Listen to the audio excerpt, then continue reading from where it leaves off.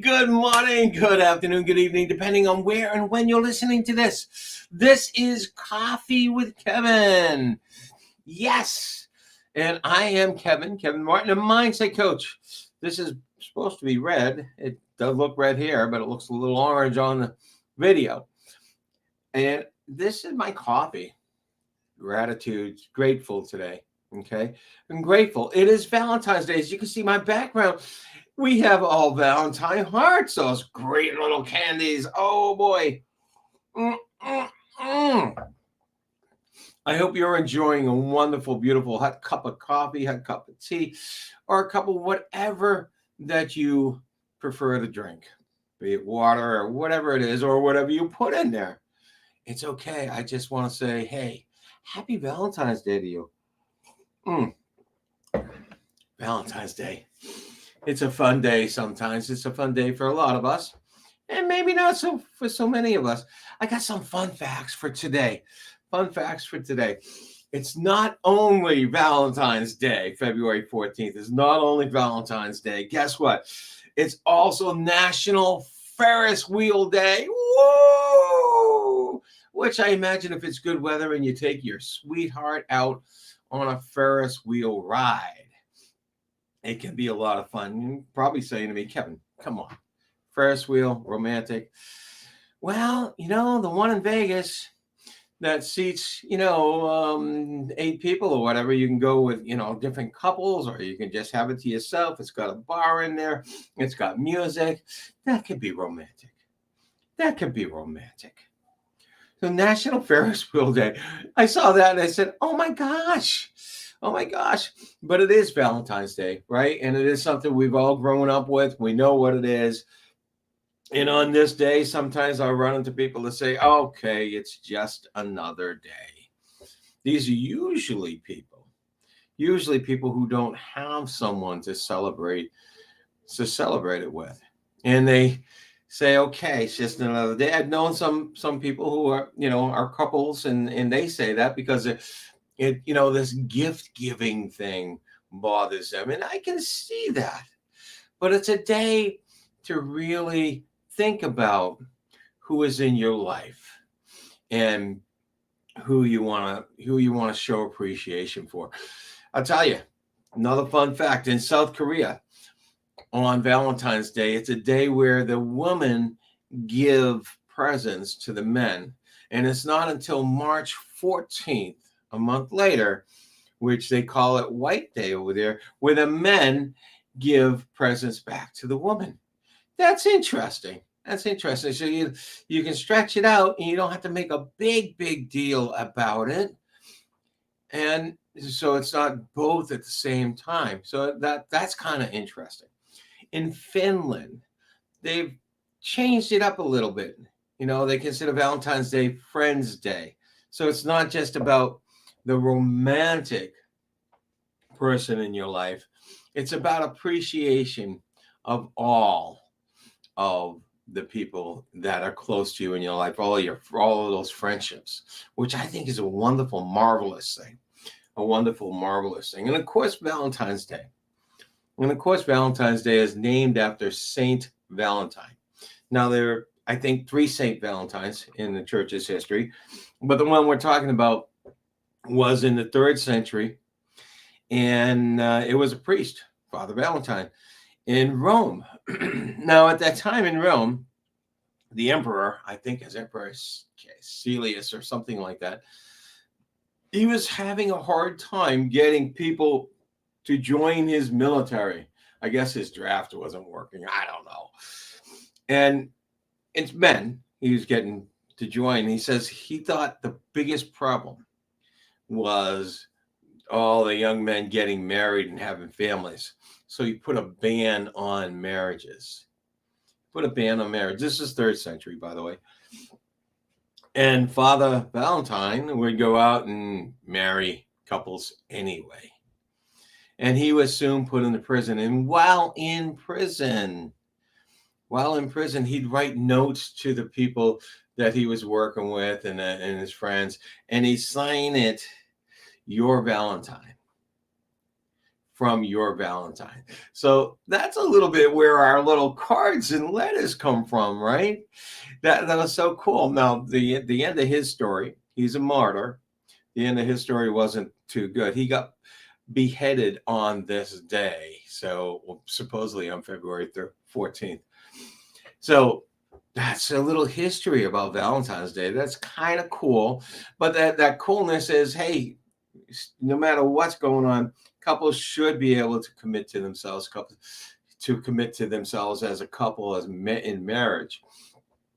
And, there shouldn't be any outside force forcing them not to. I thought that was really, really cool. Now, if you're not engaged, if you into a relationship, I didn't mean not engaged, but if you're not in a relationship, you might have friends. You might have people that are really close to you. Okay. And it doesn't matter. And, you can show your appreciation on this day, write a good note. I appreciate you. I love you for being such a great friend. You don't have to go with this heart and have it romantic.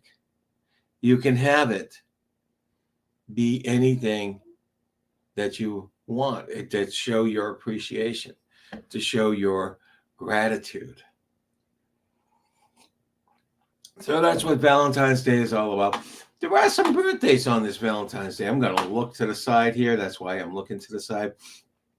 There are some birthdays on this Valentine's Day. Not many, not as many as usual, but American dancer and choreographer and actor Gregory Hines was born on this day. And of course, one of the famous things for this day, well, maybe not famous to all people, but back in 29, during the big days of the gangs in Chicago, this was a day where it's called the Valentine's Day Massacre, where Al Capone's gang got together and ambushed a rival gang or rival people and killed them. So that's not something to celebrate. That's not something to celebrate. But as a young man, I would say, whoa, being fascinated with gangsters and stuff like that. What else is going on? What else is going on? Oh, today was the start of women's suffrage. Back in the early 1900s, it was this day that everything got together to start that. It is also, there's a lot of people that I don't know, that I've not heard of. It's their birthday today. One of the things that, interestingly enough, that I did read was today was a day where they started an 8-day shutdown on the banks at the beginning of the Depression. So there's a lot of good and there's a lot of not so good on this day. Guess what one I'm going to celebrate? Guess which ones I'm going to focus on is the good. I talk about this all the time. Do you want to focus on the good or the bad? You focus on the bad, you're going to find plenty of it out there. And you're going to be saying to yourself, see, I was right. There's a lot of bad out there. Self-fulfilling prophecy, isn't it? And you focus on the bad, you're going to find more of it to come. You focus on the good, you're going to be able to find plenty of it out there. And you focus on the good, you're going to have more of it to come. That old axiom of glass half full, glass half empty. Well, that actually, it does. A lot of people think that's stupid. I'm not going to think positive all the time. You're not going to think positive all the time because you don't want to get disappointed. You see, the thing is, you think positive as much as you can. You look for the positive as much as you can, and you're increasing the odds of things being positive happening to you. It's just the way it is. It's the way our minds work. It's the way humans work. It's the way the world works. Whereas you want to be the glass half full or half empty. You want to be the glass half empty. That's okay. You're going to find all sorts of evidence that the glass is half empty or the glass is empty, period. You're going to find all sorts of it out there, and you're going to say, see, I was right. And then you're going to, all the experiences coming to you and everything else, you're increasing the odds of all sorts of negative things happening to you. Where would you want to be? Where would you want to be? I mean, if you're thinking optimistically and something doesn't happen the way you think, is that going to kill you? Oh, come on. Yeah, there's going to be some disappointments, but whether or not you're thinking optimistically or you're thinking realistically or whatever, you're going to get disappointments. You can't stop them. This is the way our life is. This is the way life is, period.